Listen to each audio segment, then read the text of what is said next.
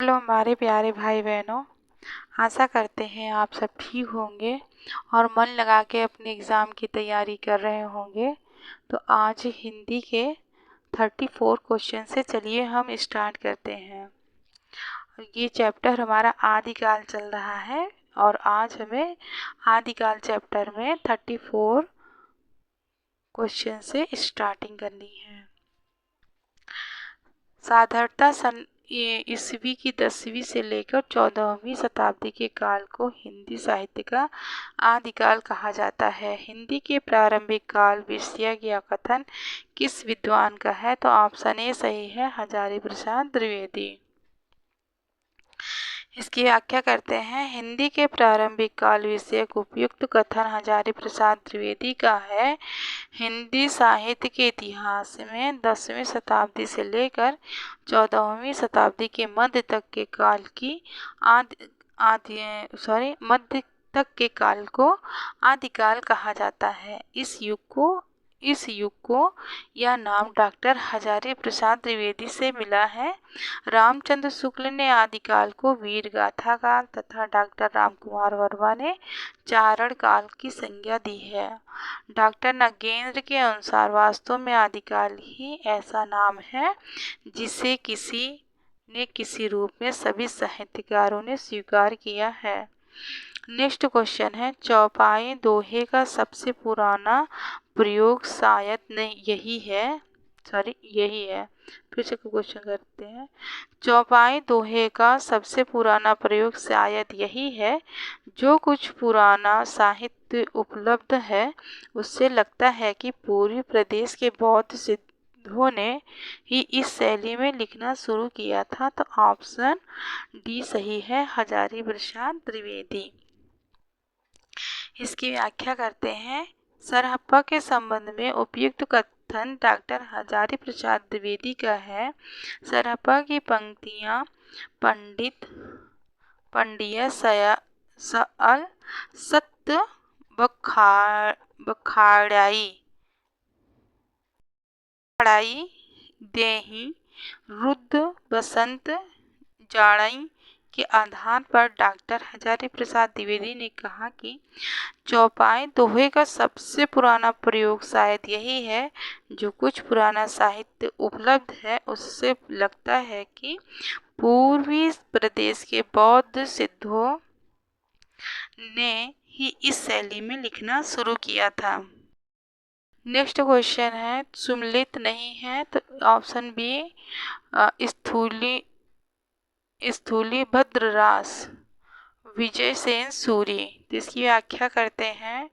स्थूली भद्ररास विजय सेन सूरी की रचना नहीं है बल्कि जिन धर्म सूरी द्वारा रचित है, जिसका रचना काल 1209 ईस्वी में है। विजय सेन सूरी ने 1231 ईस्वी में रेवंत गिरिराज की रचना की थी। कवि ग्रंथ रचना काल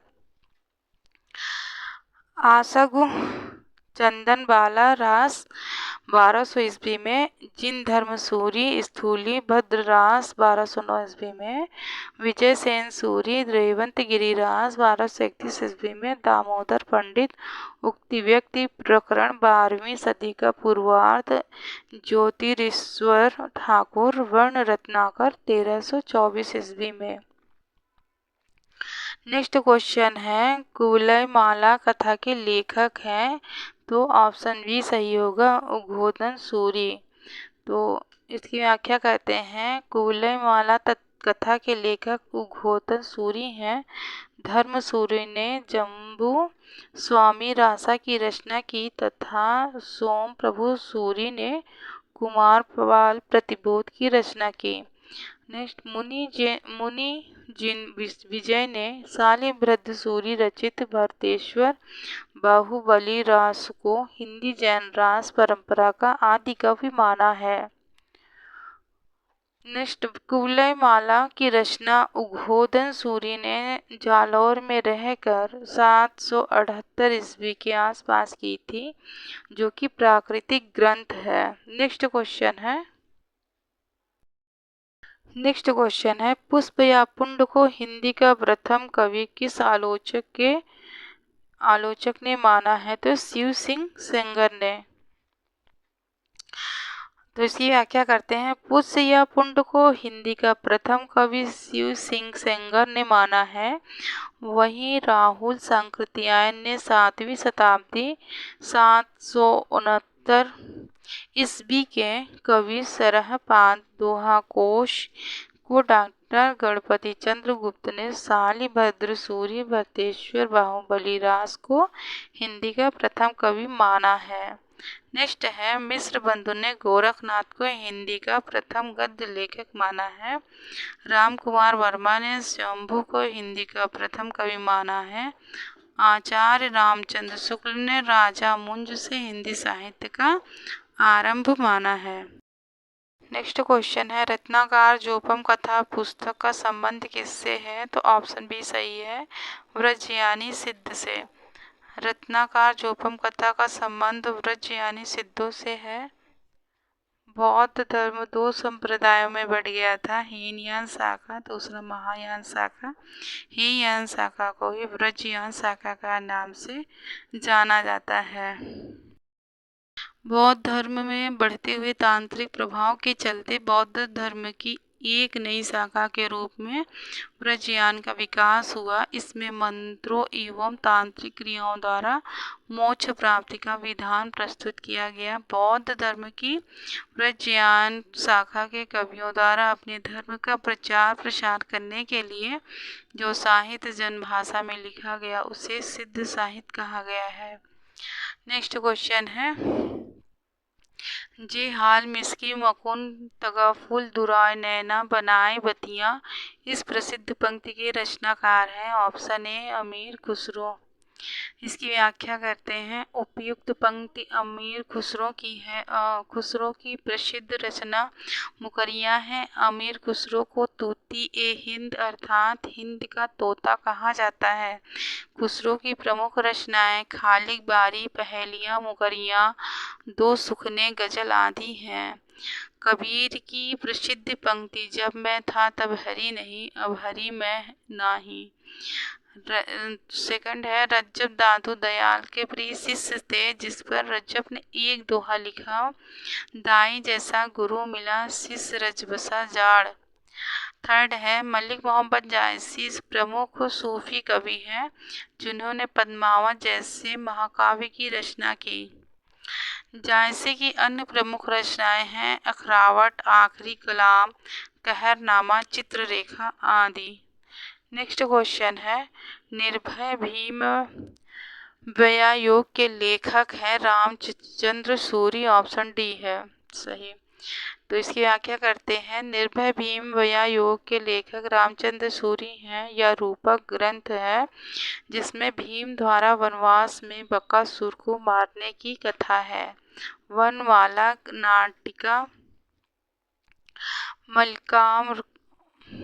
मल्लिकाम करंत प्रकरण, यदुविलास नाटक, रघुविलास नाटक रामचंद्र सूरी के अन्य रूपक ग्रंथ हैं।